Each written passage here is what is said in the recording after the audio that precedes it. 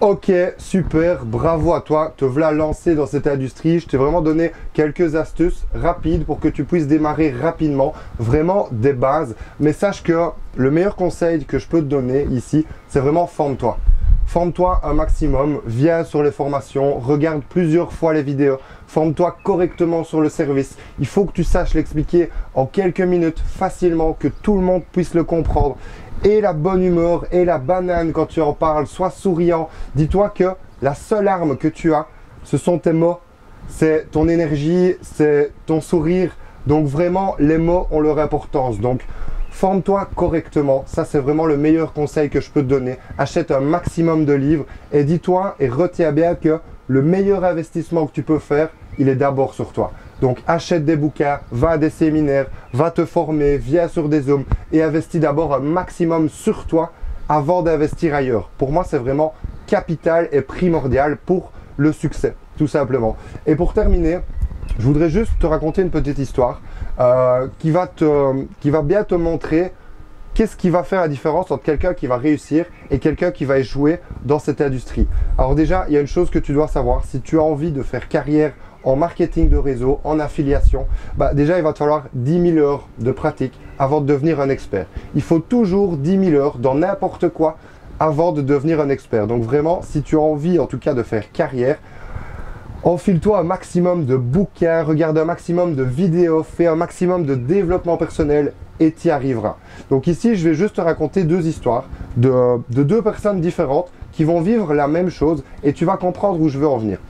C'est, allez, on va l'appeler Henri, je ne sais pas pourquoi j'ai envie de l'appeler Henri. Donc c'est Henri, il va au restaurant, comme il va régulièrement au restaurant. Lui, il a l'habitude d'y aller seul, d'aller manger seul au restaurant.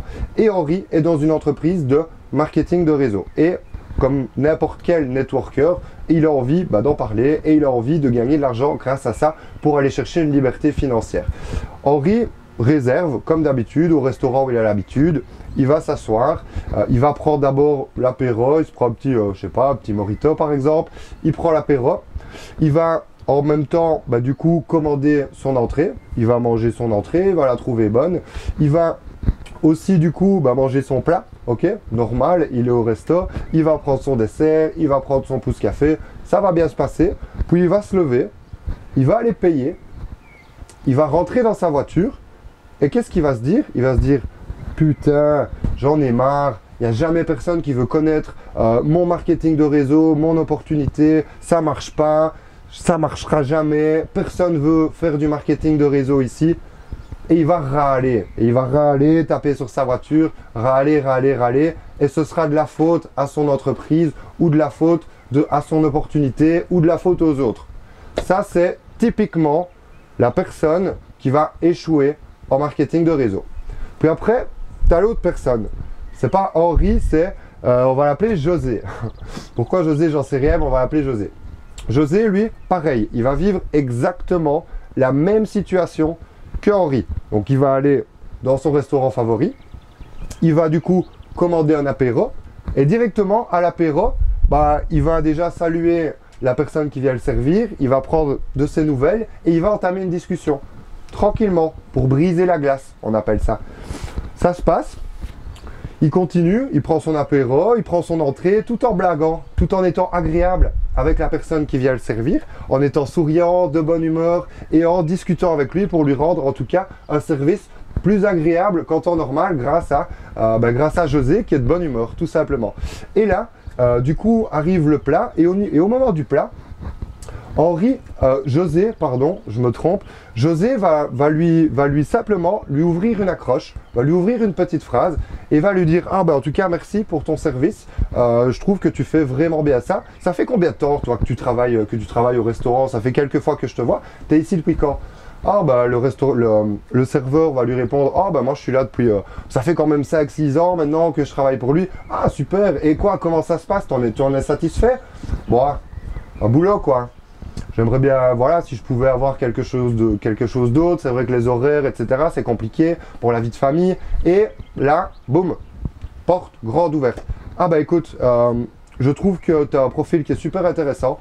J'aimerais pouvoir avoir l'occasion de discuter avec toi. Je suis en train de lancer une entreprise géniale je recommence. Je suis en train de lancer une entreprise géniale dans la région et justement, on cherche de nouveaux partenaires. Dis-moi, t'es marié à ton job ou tu restes l'esprit ouvert? Là, le serveur, ah non, moi j'ai l'esprit ouvert. Ah bah super, bah écoute, donne-moi ton numéro. Là, c'est pas le moment, je vais manger, toi tu es en plein service, mais donne-moi ton numéro. Je te passerai un petit coup de fil après ton service ou demain et on va prendre le temps d'en discuter tous les deux. Là, José va terminer de manger.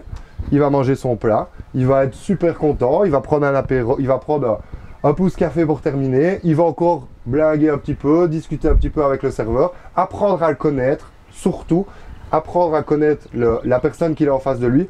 Et là, José va rentrer dans sa voiture, il va payer aussi, il va rentrer dans sa voiture. Et lui, José, il va avoir quoi comme réaction?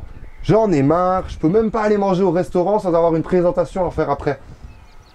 José va réussir en marketing de réseau. Henri va échouer en marketing de réseau. Maintenant, c'est à toi de décider. C'est à toi de décider. Tu as envie d'être qui? Tu as envie d'être quel type de personne? Celui qui réussit ou celui qui échoue? Tu sais ce qu'il te reste à faire. Tu as juste à en parler à un maximum de personnes.